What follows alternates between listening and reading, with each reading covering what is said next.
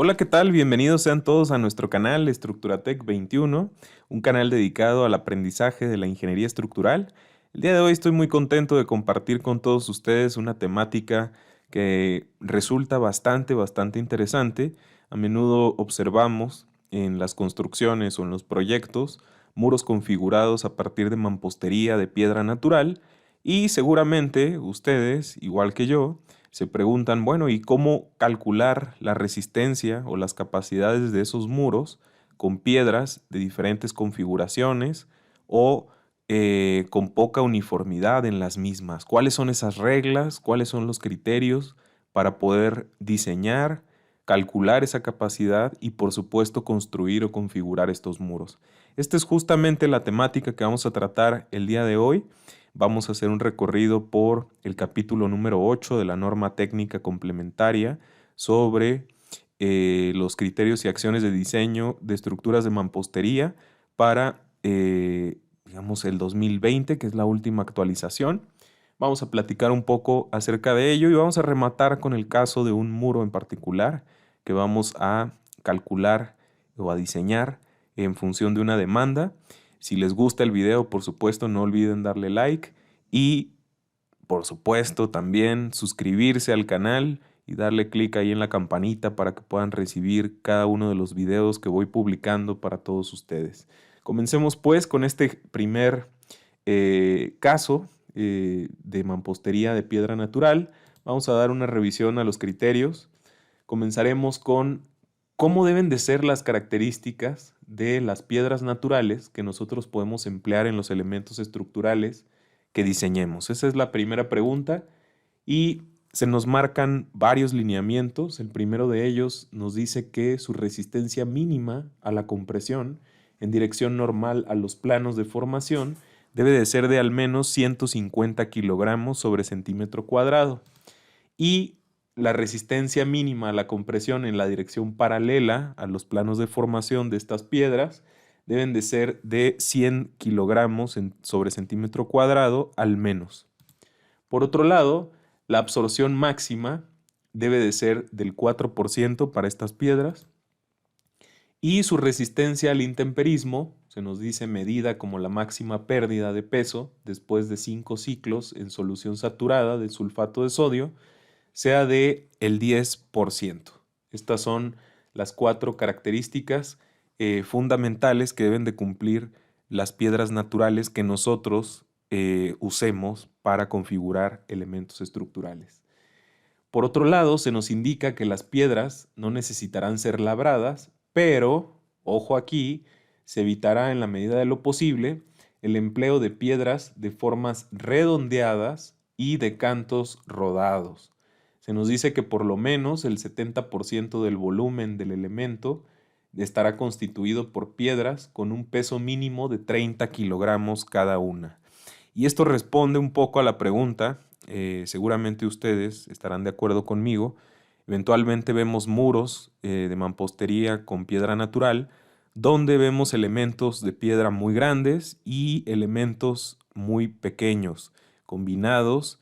A veces incluso se observan en los muros una cantidad mucho más grande de elementos medianos o pequeños.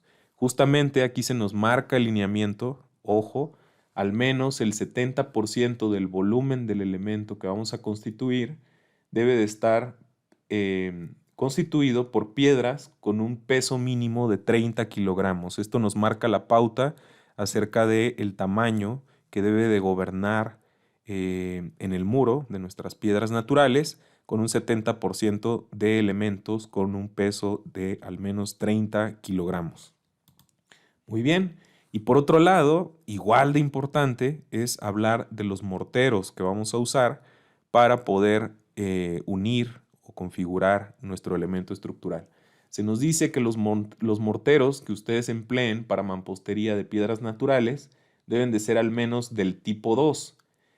Al menos, en el caso del tipo 2, debemos de alcanzar una resistencia mínima en compresión de 75 kilogramos sobre centímetro cuadrado. Y aquí hay una modificación importante respecto a los criterios de la normativa anterior. antes de esta actualización, ya no se nos permite el uso de morteros del tipo 3. Y para que tengan ustedes una referencia de cómo alcanzar de manera proporcionada con los elementos que constituyen el mortero, cómo podemos alcanzar esa capacidad mínima de 75 kilos, hablando del mortero tipo 2, aquí lo estoy señalando. En esta tabla se nos ilustran los proporcionamientos en volumen que se recomiendan para alcanzar esas capacidades o esas características y poder hablar de un mortero del tipo 2. En el caso del mortero de tipo 2, aquí tienen los proporcionamientos de los diferentes elementos para configurar el mortero. Convendría que le dieran un vistazo. Esta tabla es la 2.5.1 de la norma técnica del 2020, la de mampostería, y es importante cumplir precisamente con la capacidad o la resistencia a la compresión de 75 kilos o más sobre centímetro cuadrado, y se nos sugieren, por supuesto, estos proporcionamientos. Naturalmente son indicativos, va a depender, ustedes ya lo saben, de las características de los elementos que ustedes empleen, pero nos permite dar un vistazo aproximado a lo que podrían ser los proporcionamientos para garantizar esta resistencia de 75 kilos sobre centímetro cuadrado. Estoy seguro que esta información les será de utilidad. Muy bien.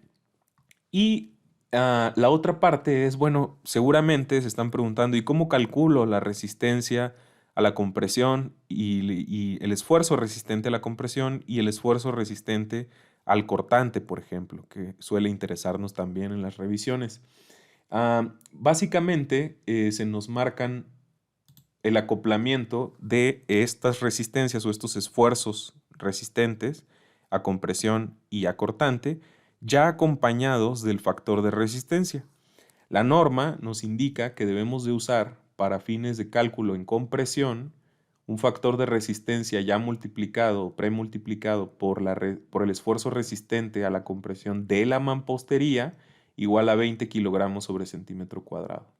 En el caso del cortante nos indica que ya el factor de resistencia premultiplicado por el esfuerzo resistente al corte lo tomemos de 0.6 kilos sobre centímetro cuadrado.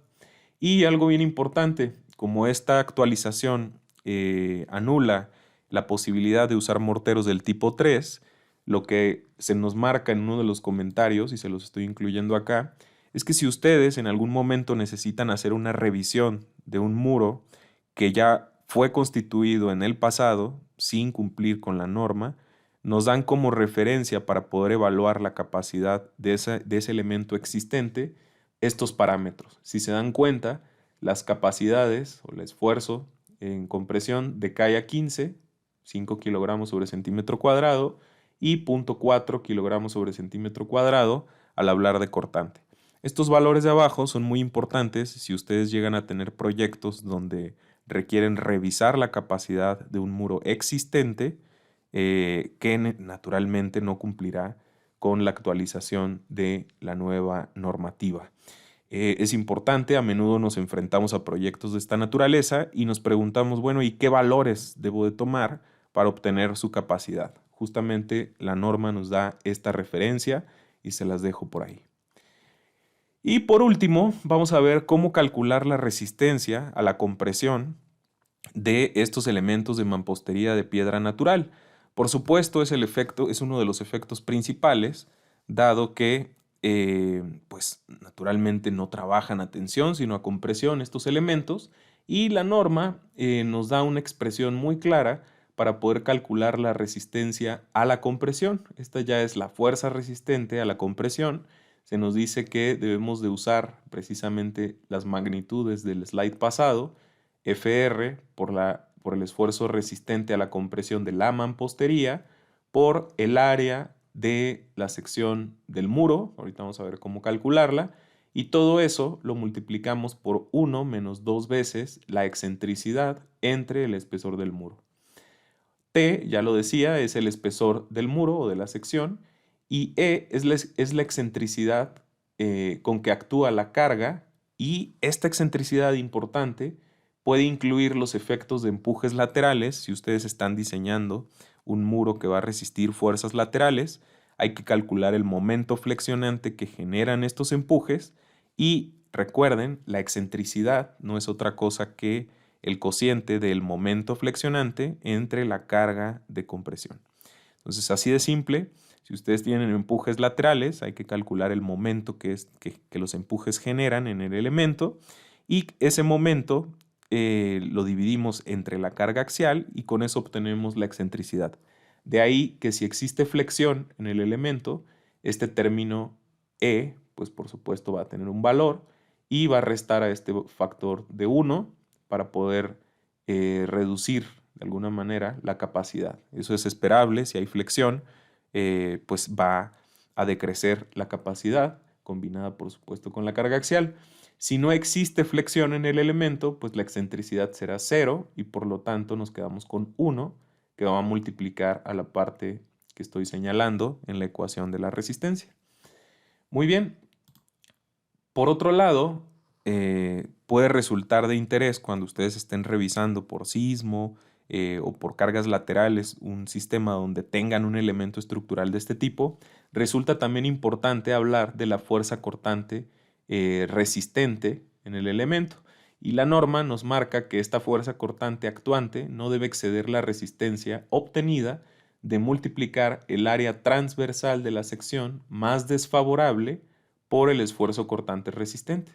En resumen, la capacidad, ¿sí?, al cortante de estos elementos de mampostería con piedra natural va a ser igual a precisamente la magnitud que veíamos del factor de resistencia por el esfuerzo cortante máximo de la mampostería por el área en cuestión. Estas son las dos expresiones fundamentales para obtener la resistencia de estos elementos a compresión y a cortante. Vamos pues a ver un ejemplo de aplicación. Vamos a suponer que necesitamos diseñar un muro de mampostería con piedra natural y requerimos que por la configuración que tiene nuestro proyecto resista una carga axial. No va a haber momento flexionante, sino que solo resista la carga axial de 37 toneladas por cada metro. Nuestro muro va a tener una altura de 3 metros. ¿Qué es lo primero que debemos de hacer? Bueno, traer precisamente los valores, puesto que solo está actuando con presión en el eje y no hay flexión ni empuje. Vamos a traer la capacidad a la compresión, que ya lo discutíamos, es de 20 kilogramos sobre centímetro cuadrado para mampostería de piedra natural. Y traemos la expresión que acabamos de describir, que aparece en ese capítulo 8 de nuestra norma. Lo que vamos a hacer para poder dar respuesta a esta capacidad que requerimos de 37 toneladas, pues es ir proponiendo básicamente espesores para ese muro. Voy a empezar proponiendo un espesor de 15 centímetros y lo que voy a hacer es evaluar precisamente la expresión que tenemos acá a la derecha. Sustituyo 20 kilogramos sobre centímetro cuadrado y el área, recuerden, como estamos hablando de compresión, pues será el espesor del muro por, les recomiendo, un ancho unitario de 100 centímetros, dado que nuestra carga está por cada 100 centímetros o por cada metro, que es una carga lineal. Vemos que obtenemos una resistencia de 30 toneladas por cada metro de evaluación y es menor precisamente a la carga última con la que estamos diseñando el muro. De ahí que nos demos cuenta de la importancia de incrementar el espesor de nuestro muro para llegar a satisfacer nuestra demanda. Vamos a hacer justamente ello. Vamos a calcular ahora la expresión con un espesor de 20 centímetros y lo que vemos es que llegamos a alcanzar una capacidad de 40 toneladas, repito, por cada metro. Lo que estamos modificando es el espesor, aquí lo tienen, y entonces hemos alcanzado una PR o una resistencia a la compresión en el muro de 40 toneladas, que es mayor precisamente que la demanda de 37 toneladas por cada metro. Así de simple, podemos calcular o diseñar los espesores requeridos para demandas en muros a compresión de piedra natural. Por supuesto, cuando se inducen flexiones en el elemento, pueden intuir que este término de la excentricidad, que involucra el momento flexionante, como lo decía hace un momento, pues reduce, al estar 1 menos este valor, reduce, ¿sí?, multiplica este factor que ahora lo calculamos aquí sin ese término, dado que no había excentricidad, pues lo va reduciendo y va haciendo más pequeña la resistencia. Eso es esperable. Si ustedes piensan en que en el muro, además de la carga de compresión, se le induce un efecto de flexión o de empuje lateral, pues es natural que nuestra resistencia decrezca. De ahí, por ejemplo, que cuando ustedes diseñan un muro de contención que va a resistir presiones laterales importantes, cuando los diseñamos por gravedad, pues terminan siendo muros bastante anchos y, por supuesto, para que puedan trabajar por gravedad. Y además de eso, recuerden, en esos casos tenemos que revisar el deslizamiento y el volteo. Más adelante les voy a diseñar material en torno al diseño de muros de contención y vamos a tocar estos temas de lo que ocurre cuando existe esa presión lateral en configuraciones de muro por gravedad o en cantilever o en voladizo. Muy bien, pues esto es todo por hoy. Espero les haya sido de utilidad y les haya gustado este video donde hemos platicado cómo obtener las capacidades de muros o de elementos estructurales configurados por mampostería de piedra natural. Si les gustó, por supuesto, regálenme un like y no olviden suscribirse a mi canal para que puedan observar el contenido futuro. Les agradezco muchísimo me hayan acompañado el día de hoy. Un fuerte abrazo, síganse cuidando mucho en esta pandemia. Nos vemos en nuestra próxima entrega.